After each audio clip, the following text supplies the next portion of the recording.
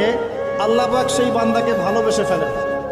যখন আল্লাহ পাক কাউকে ভালোবাসেন তখন জিবরাইল আলাইহিস সালামকে ডেকে নিয়ে আসেন। ডেকে নিয়ে এসে বলেন যে পৃথিবীতে অমুকের পুত্র অমুক, তাকে আমি ভালোবাসি, হে জিবরাইল তুমিও তাকে ভালোবাসো। এরপর জিবরাইল আলাইহিস সালাম তাকে ভালোবাসতে থাকেন এবং অন্যান্য মালায়েকাদেরকে ডেকে জিবরাইল আলাইহিস সালাম বলেন, আল্লাহ অমুককে ভালোবাসেন, আমিও তাকে ভালোবাসি, তোমরা সবাই তাকে ভালোবাসো। এরপর সমস্ত ফেরেশতারা তাকে ভালোবাসতে শুরু করে। এরপর ফেরেশতা মণ্ডলী পৃথিবীতে আসেন, এসে দুনিয়াবাসীকে উদ্দেশ্য করে বলেন যে অমুকের পুত্র অমুককে আল্লাহ ভালোবাসেন, জিবরাইল ভালোবাসে, আমরা ভালোবাসি, তোমরা সবাই তাকে ভালোবাসো।